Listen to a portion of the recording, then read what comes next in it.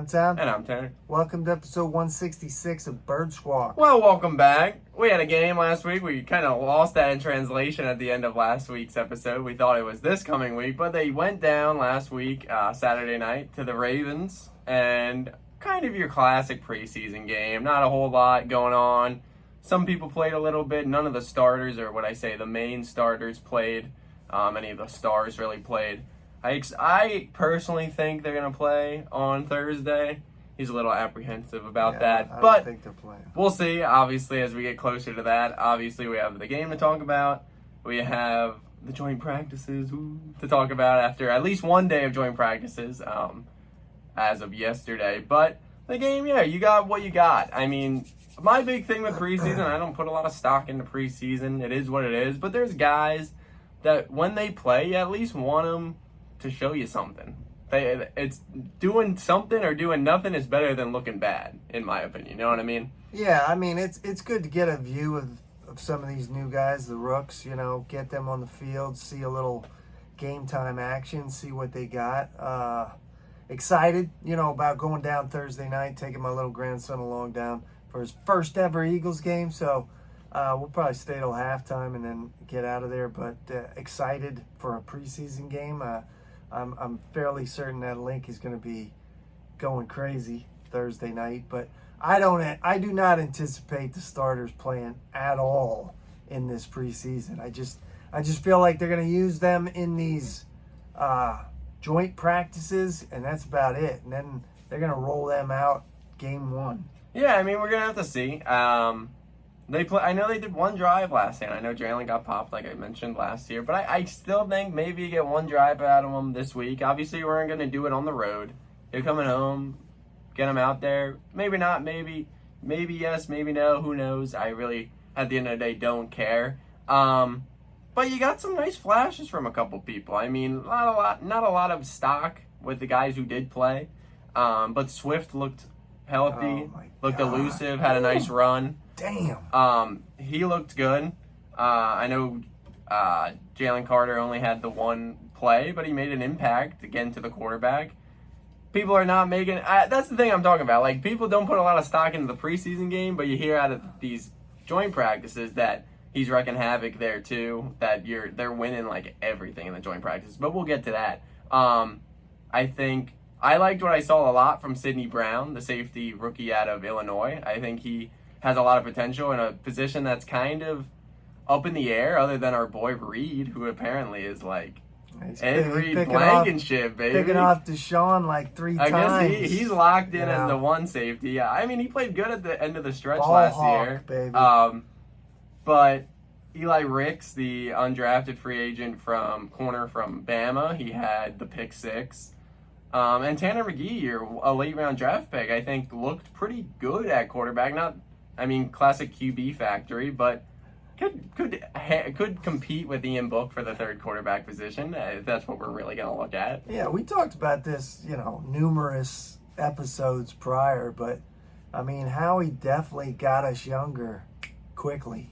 We got a lot of young bucks out there wanting to prove something, and, it's good to see these young guys showing up, and like you said, Swift, I mean, God, in the limited amount I could watch on Hulu before it froze, Swift, I was yelling like, get him off the field, man. I do not want this guy to get hurt.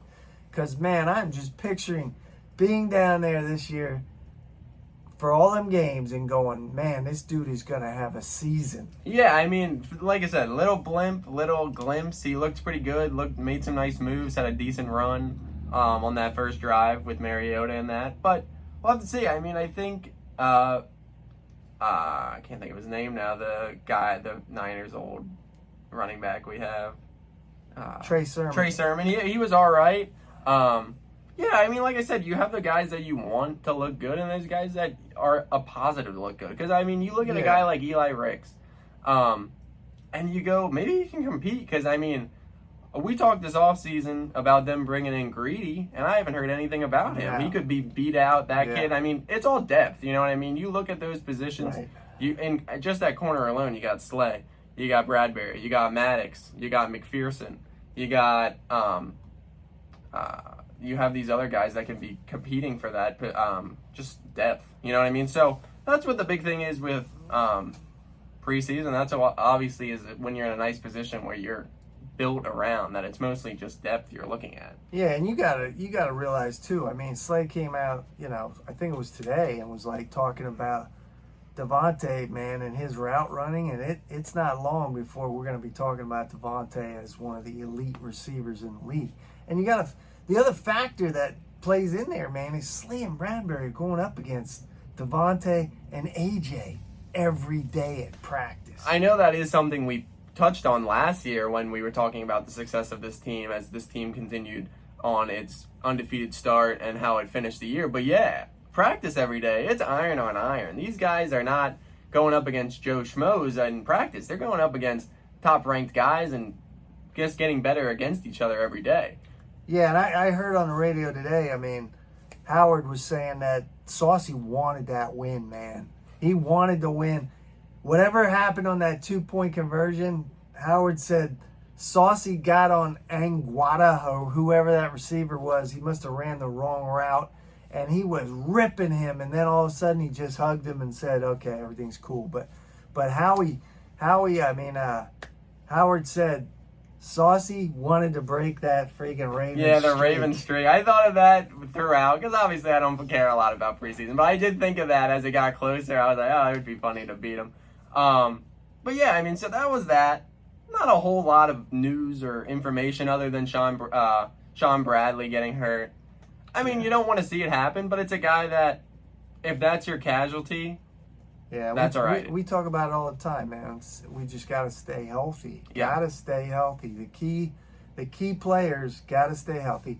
And that's what gets me, like, I don't really care if the starters don't play. I mean, if they're getting time in these joint practices and getting good reps and getting good workout, I mean, I don't think they need to be out there doing stuff. They're not trying to win a roster spot. I mean, let these other dudes that are fighting for a roster spot play, Yeah, I mean, we'll see. But so far, so good from what I've heard. Like I said, it's been one day. We're recording this on Tuesday.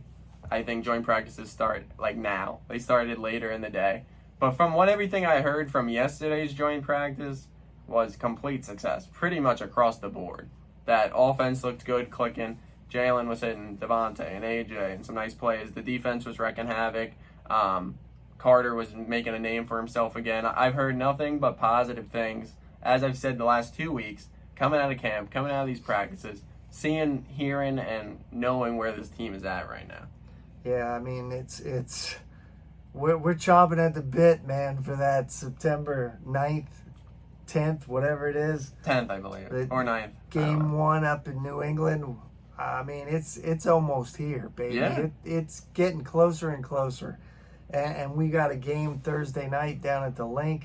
The Browns get down there, get a little bit of that atmosphere, get ready. I mean, the Phillies, the Sixers, what a train wreck. The Phillies, they got it. But, man, the Eagles own this town. Yeah. They own this town. And there's nothing else but Eagles football. I mean, it's just, I can't wait. Yeah, I mean, everyone's chomping at the bit. And it is crazy how close. I mean, we got 2 more preseason games, and then we got week 1 up in New England. And, yeah, I mean, obviously, like we talked about last week, we'll get more into depth with the New England game as we get closer to that.